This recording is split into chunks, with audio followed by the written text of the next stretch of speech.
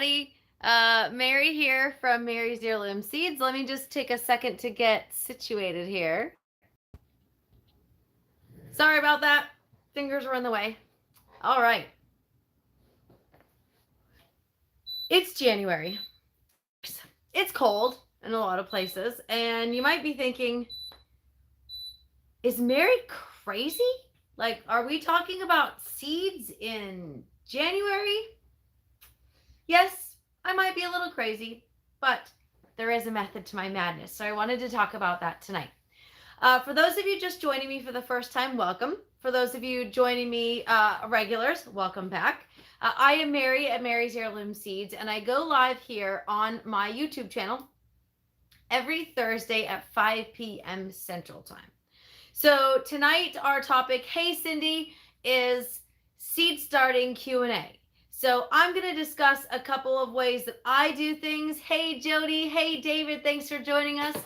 We're going to talk about a couple of things about seeds. We're going to talk about what's new. You can ask me some questions. And I've got some pretty exciting news to share. I'm pretty excited about it anyway. So every week when I share, I try to share my updates in the beginning of the video. And you'll get the meat and potatoes of it in just a second. But before I get started, hey Homestead and Crazy, thanks for joining us. In the description section of this video are links that I will be mentioning throughout the video. So if you have questions, please feel free to check those out. And as always, if I don't answer your questions live, please bear with me because sometimes the comments and the questions start scrolling and I can't get everyone. You can always send me an email to mary@marysheirloomseeds.com and I will personally answer your questions. Please also have patience with me. If you don't get a response from me right away, either email me back in case I didn't get it or check your spam folder because I do try to answer every single email that comes through. So the first exciting news I have for you is I was invited to speak at the Gregg County Master Gardeners event in Longview, Texas. And this will be on Saturday. I have it written down just in case so I don't mess it up. Saturday, March 4th. Hey, Krista, thanks for joining us. Another Texan here. So the Gregg County Master Gardeners is putting on an event. They have a major speaker. He's going to be discussing, hey, Jane, awesome. I'm glad your seeds arrived. He's going to be discussing a lot of great pollinator habitat information. And when I was invited to this, it was for a specific topic. And I had no idea that the main topic was a pollinator habitat. So I'm super excited. As you may or may not know, January is Plant for Pollinators Month at Mary's Heirloom Seeds. So I have these really cool postcards that we're including with every single order. And on the back is monarch butterfly and milkweed information. So right up my alley to be discussing, actually I'm going to be discussing container gardening tips while the main speaker is talking about pollinator habitats, which is what we've been discussing this month. So tonight my main topic is seed starting in January, or at least seed starting questions in January.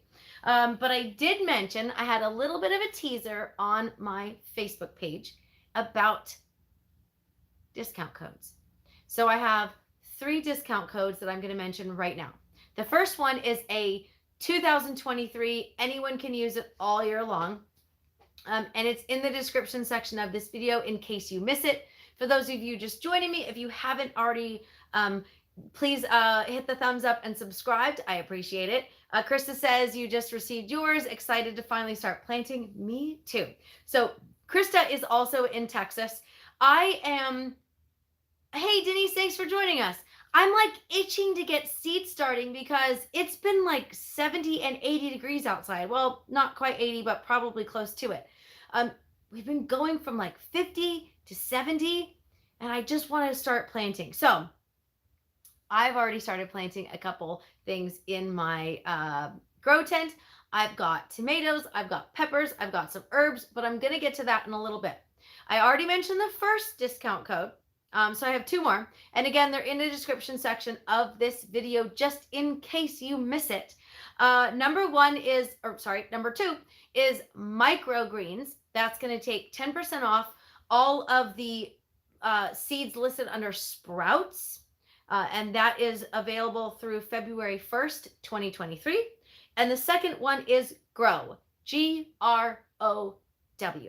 And that will get you 10% off all of our coconut coir pellets. We carry them in a 24, a 50, and 100.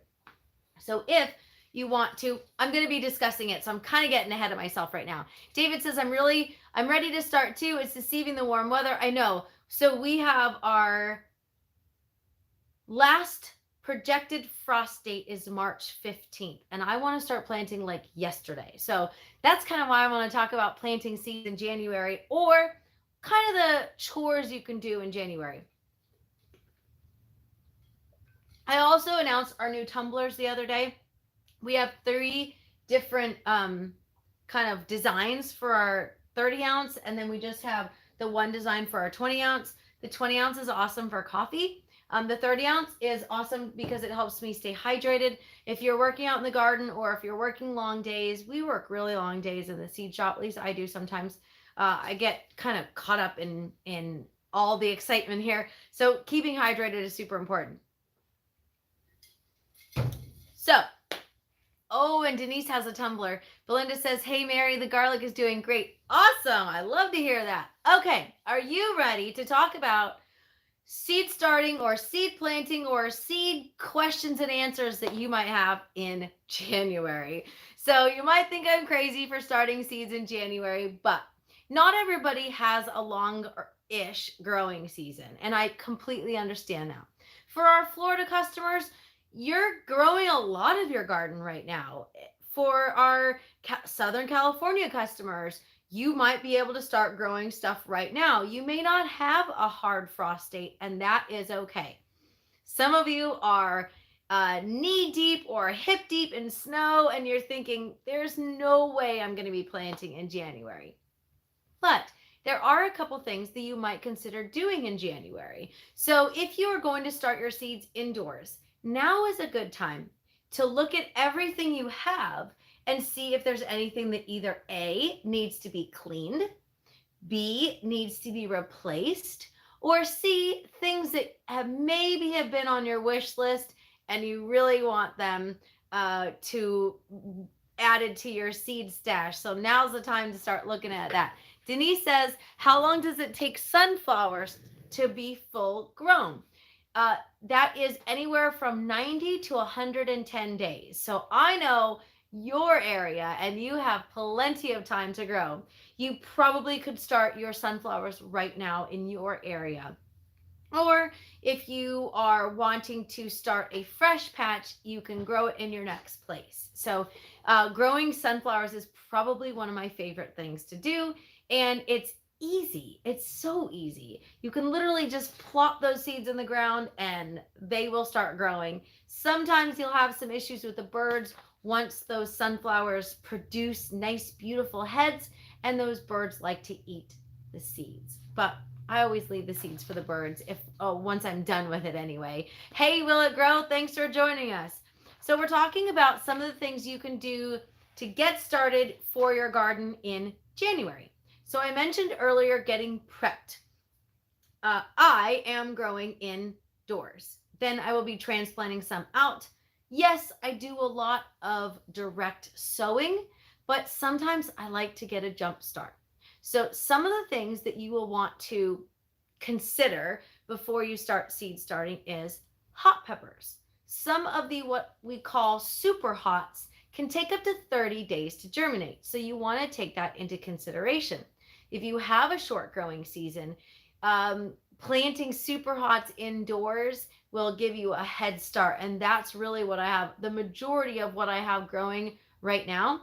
I started seeds December 26th. So it was a little earlier than I normally like to do, but you know, I'm learning different I'm learning different growing areas and growing regions here now that we're in East Texas. I lost a couple days of frost-free days, so I'm learning and growing and adapting. So that's always a really important thing, is when you are either A, growing something new, or B, growing in a new area, it's important to kind of figure out what works for you and what doesn't. Some of our coconut core stuff is on sale. Hey, Cheyenne, thanks for joining us. And this is particularly important if you want to start seeds indoors. I use a couple of different methods. These 6-cell germination trays are probably one of my favorites. And then I use coconut core. This is a bulk brick, and we sell these, I think, 2 at a time, and they're on sale right now. Just again, I mentioned the sale and the discount codes you can use, but these are super easy. If you're looking at the do-it-yourself starter pods, we've got this for like 100. One of these bricks will make 100 of them. Or coconut core pellets, which I mentioned earlier, these are on sale. They don't necessarily come with that, but that's another option. Homestead and Crazy says, Brandywines take forever to produce here. Hoping if I start them now, I will get some tomatoes from them. Love hot pepper, starting them soon, North Alabama. Welcome, One Still Image. Thanks for joining us. Hey, Tosh, thanks for joining us as well. Thinking of getting some seeds from us? Well, I appreciate it. In the beginning of the video, I announced some discount codes. They are in the description section of this video. And I also have my updated planting guide. I have added so many more articles and tips and planting information to our planting guide. So you really want to check that out if you have questions about seed starting. So I mentioned earlier, I started some seeds. There's a couple of other things that I will be starting indoors that I want to get a jump on again, of course, because I like to plant a lot of stuff. Tomatoes in particular, you mentioned already about the Brandywines. David says, I love the Brandywine tomatoes and peppers, always mainstays in my garden. They are awesome. I will be growing even more tomatoes than ever because I think we now have over 100 varieties of heirloom tomato seeds available. So you have a lot to choose from here if you're checking out our selection. So I mentioned earlier too, it's going to be different for everyone. If you're in New York, your planting time outside is going to be much different than my planting time outside. But there are some things you can start early. And then some of you, like I mentioned, you're not going to be planting outside until March, April, May. So just keep that in mind when you start your indoor seed starting. So we have a couple things that I will be adding to it. I planted auroch, super excited. One Still Image said end of May here, zone 5B. Awesome, that's totally fine. Hang on just a sec, sorry guys. Anyway, no, those comments are totally fine. Sorry, I've got moderators tonight, so we're just jumping off topic and stuff. It's okay. Those comments are fine. So I'm starting my onion seeds because onions take forever. It's like 110, 120 days depending on where you are. So that's definitely something that I want to plant early so I can transplant out into the garden. So one of the things that someone asked on my channel or on my Facebook page, they said, I started these herb seeds and I've started them 2 and 3 times and nothing has grown. They didn't know that you have to cold stratify certain seeds. So part of the reason I wanted to discuss seeds starting in January is if you don't have the knowledge for some of these herbs and maybe you're brand new and you're just getting started, cold stratification is the process of what would naturally occur in nature. So let me just give you an example. Valerian seeds need to be cold stratified for optimal germination.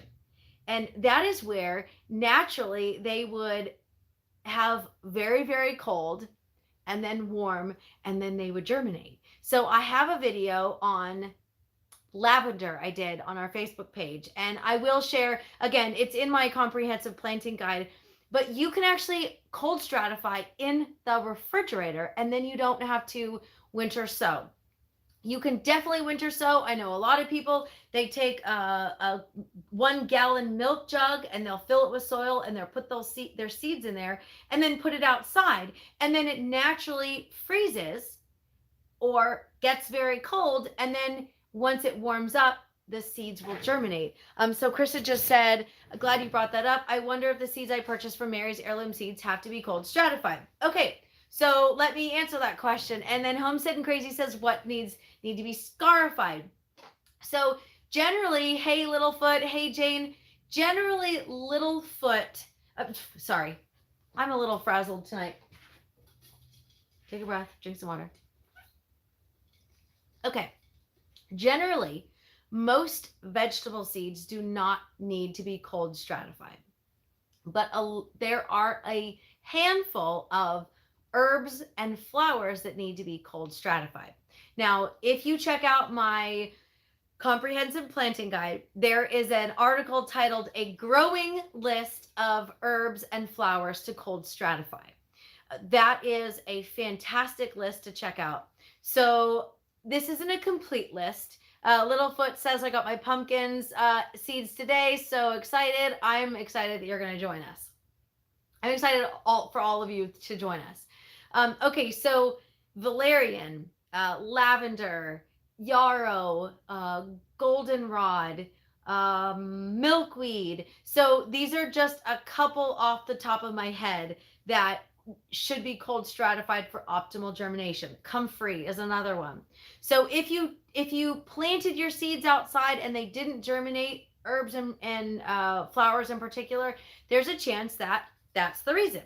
It's not the total chance or the total answer. Sometimes you plant it and pests get it, unfortunately. We've got rabbits, we've got chickens, we've got birds, we've got the neighbors' dogs and random strays that come all over the property. So there are different reasons that you wouldn't necessarily see them, but cold stratification is super important for specific varieties. All right, so I even started seeds indoors for beans, but these aren't to plant outside. So this is another winter activity, I should say, that you can do, and that is testing your seed germination.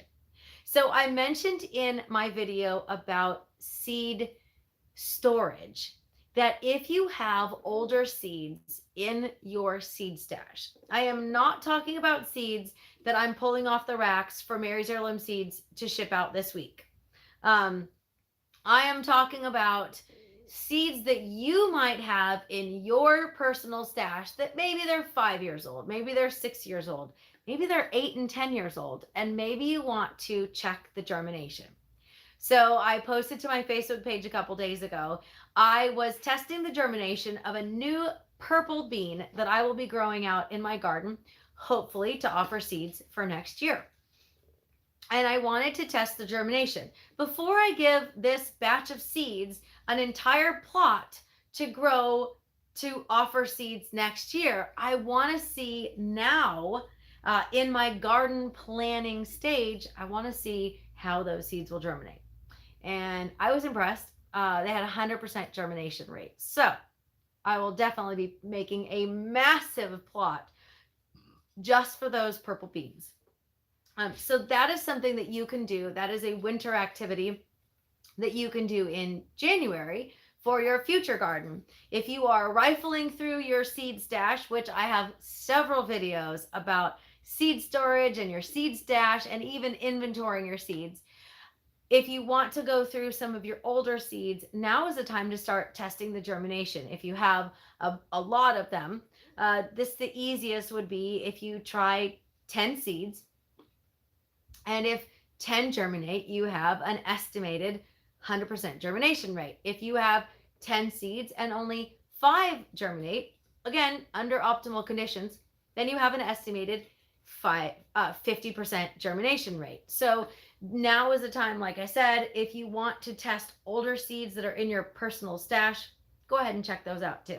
I pulled mine down and the Tiny Terrors kind of nibbled on a couple of the beans, but the rest of them are completely intact. I forgot to bring them over. So for those of you who don't know, Mary's Heirloom Seeds has a Plant for Pollinators month in January. I have been posting every single day on the the three social media avenues that I use most, and that is Facebook, Instagram, and MeWe. And I share a post of the day specifically about a particular pollinator issue. David says I'm getting my raised beds amended and tilling with prepping new mushroom beds for spring, hoping to start early, carrots and radish.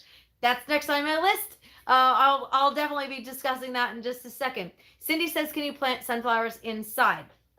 Unless you have a proper growing setup, I would not start sunflowers inside.